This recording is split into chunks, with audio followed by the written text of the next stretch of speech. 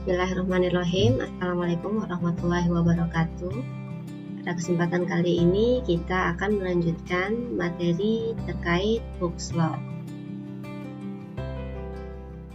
Jadi hukum Hooke atau Hooke's Law yang di sini mengacu pada teori dari elastisitas ya, di mana jika kita memiliki suatu objek atau beban, kemudian kita mengaplikasikan suatu beban itu kepada salah satu elemen struktur, nah pasti elemen struktur itu akan menghasilkan suatu tegangan atau sigma dan juga regangan dengan istilah epsilon. Jadi kalau di kondisi elastis, nilai tegangan dan regangan ini bersifat proporsional atau sebanding. Jadi perbandingannya adalah konstan. Dengan perbandingan yang konstan ini, maka berlaku persamaan E atau modulus elastisitas sama dengan sigma dibagi dengan epsilon. Nah, di grafik ini kita sudah pelajari ya minggu lalu, yaitu grafik dari tegangan dan regangan untuk material beton, serta grafik tegangan dan regangan untuk material baja. Dimana kalau untuk material beton ini, beton ternyata setelah diteliti, dia masih memiliki sifat elastis di 0,3 dari F aksen C-nya. Jadi setelah ini baru dia sifatnya sudah bisa dibilang getas. Nah, untuk baja sendiri seperti itu, di awal dia masih elastis, kemudian baru dia mengalami regangan, lalu di zona yang terakhir ini dia mengalami kegagalan atau fracture. Nah, kalau kita perbesar dari grafik yang ada di zona 1 ini, maka bentuknya akan seperti ini ya. Jadi ini adalah grafik dari tegangan berbandingkan regangan dengan tegangan dalam satuan megapascal, dan regangannya tidak ada satuan atau biasa disebut milimeter per milimeter. Nah, dari grafik ini diperoleh persamaan modulus elastisitas ES atau S-nya di sini adalah baja ya, steel, adalah Fy dibagi dengan epsilon. Untuk deformasi material atau perubahan dari struktur material itu sendiri, bisa ada dua kemungkinan. Jadi yang pertama dia bisa mengalami perpanjangan atau mengalami perpendekan. Nah, untuk mengalami perpanjangan ini ketika elemen tersebut mengalami kondisi tarik ya, dan mengalami perpendekan jika jika dia diberikan kekuatan tekan. Nah, untuk mendapatkan besar dari deformasi ini sendiri, ada 3 persamaan yang bisa kita gunakan, yaitu persamaan yang di awal, modulus elastisitas merupakan perbandingan dari sigma dengan epsilon, kemudian untuk sigma itu sendiri adalah perbandingan dari gaya dibagi dengan luas penampang, serta epsilonnya adalah perubahan dari panjang dibagi dengan panjang mula-mula atau delta L per L. Nah, untuk beban di sini, misalkan suatu elemen struktur yang ini berupa balok ya. Nah, balok ini mengalami kondisi tarik, jadi ada gaya P ke kiri dan gaya P ke kanan.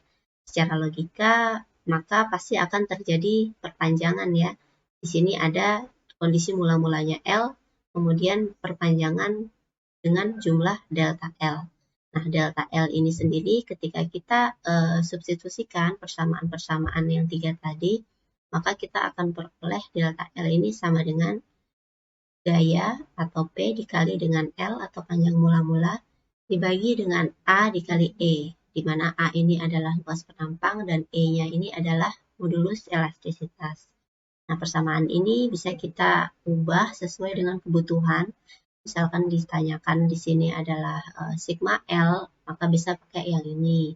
Tapi misalkan yang ditanyakan adalah luas penampang, maka tinggal kita balik saja ya, luas penampang A-nya di sisi sebelah kiri sama dengan, kemudian yang lainnya dimodifikasi. Ini adalah salah satu contoh kasus dari pengujian tarik baja. Jadi misalkan ada suatu bahan, misalkan bahan ini berupa perak dengan modulus elastisitas 76 gigapascal. Nah, elemen ini berbentuk struktur dengan diameter 10 mili dan panjangnya 30 cm. Terbayang ya bentuknya ya, jadi diameternya 10 mili, panjangnya 30 cm.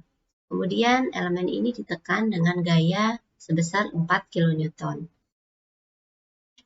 Kemudian kita ditanya berapakah perpendekan yang terjadi dari logam tersebut. Nah, kalau yang ditanyakan perpendekan berarti ini adalah perubahan dari panjangnya ya, atau sigma L. Jadi dengan mudah kita bisa langsung mendapatkannya dengan mensubstitusi persamaan yang tadi, yaitu sigma L sama dengan P dikali L dibagi dengan A dikali E. Sebelumnya tentu kita harus menyamakan dulu persamaannya ya. Jadi yang di sini untuk 4 kN diubah menjadi Newton, itu dikali 1000. Kemudian untuk panjangnya yang ini 30 cm kita jadikan milimeter. Lalu yang ini untuk luas penampang ya, 1/4 pi ya untuk luas penampang dari lingkaran silindernya tadi, yaitu 1/4 atau 0,25 dikali pi dikali 10 dikali 10, ini sudah dalam satuan milimeter.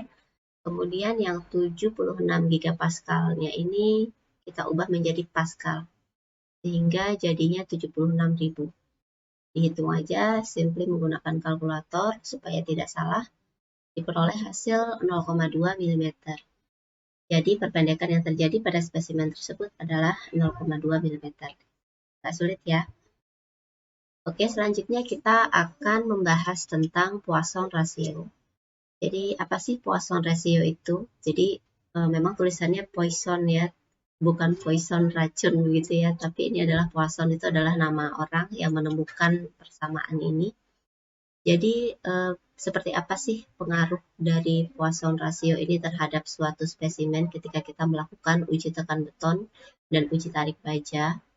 Dapat terlihat jelas di layar ya.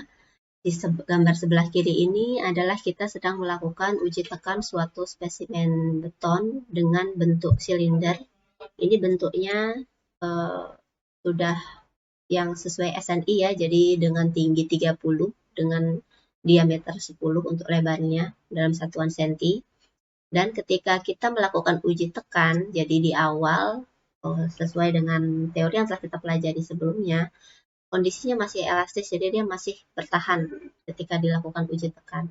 Semakin besar tekanan, semakin lama, maka dia akan mengalami pelebaran dulu ya, atau ekspansi ke arah horizontalnya, atau bisa disebut ke arah lateralnya ya. Nah, beton ini mengalami ekspansi ke arah lateral ketika ditekan, semakin lama dia akan timbul retak-retak. Retak-retak ini semakin lama semakin lebar. Kalau dilihat ini cukup jelas ya bahwa diameter yang ini lebih lebar lagi dia di bagian tengahnya, karena inilah tempat retaknya bersumber di awalnya ya. Kemudian semakin lama maka semakin tidak kuatlah beton ini menerima uji tekannya, maka akan mengalami fracture di akhir. Jadi ini sebenarnya uji beton ini biasa dilakukan di lab, harus berhati-hati karena ketika kita misalkan tidak menjaga jarak dengan beton ini, bisa jadi pecahan-pecahan atau serpihan betonnya bisa ke mana-mana ya, ke kanan kiri seperti ini. Nah, berbeda dengan kondisi baja yang kita lakukan uji tarik, terlihat di gambar sebelah kanan. Ini adalah bentuk salah satu spesimen baja, kemudian kita lakukan uji tarik, yaitu ke arah yang ini, arah lateralnya. Lihat bahwa baja ini mengalami perubahan juga ya, deformasi. Jadi yang paling utama sebelum dia terputus atau gagal, itu pasti di tengah-tengah dulu yang mengalami penyempitan atau biasa disebut konstriksi. Berbeda dengan yang beton tadi, melebar ya atau ekspansi. Nah, arah lateral ini ketika ditarik akan semakin kecil di ujungnya sampai sudah tidak kuat lagi menahan gaya tariknya, sehingga dia akan mengalami putus atau fracture.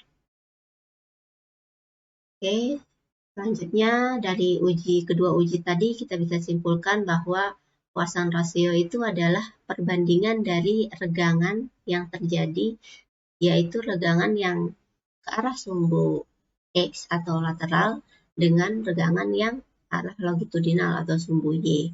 Jadi misalkan ada beban arah vertikal, maka perbandingan regangan Yang ada di sana adalah perbandingan regangan horizontal atau epsilon H terhadap regangan vertikal atau epsilon V. Nah, simbolnya Poisson ratio ini adalah simbol Yunani ya, menyerupai huruf V tapi dibacanya nu. Jadi simbol nu ini adalah simbol Poisson ratio. Satuannya tidak ada karena perbandingan dengan satuan yang sama. Kemudian perbandingan regangan lateral terhadap tegangan longitudinal itu adalah definisinya secara harfiah. Dan Poisson ratio ini memiliki nilai yaitu mulai dari 1, minus 1, maaf, sampai dengan nilai positif 0,5. Persamaan dari Poisson ratio atau nu ini adalah yang tadi ya, sesuai dengan definisinya yaitu epsilon H dibagi dengan epsilon V. Berikut adalah Poisson ratio dari beberapa material konstruksi.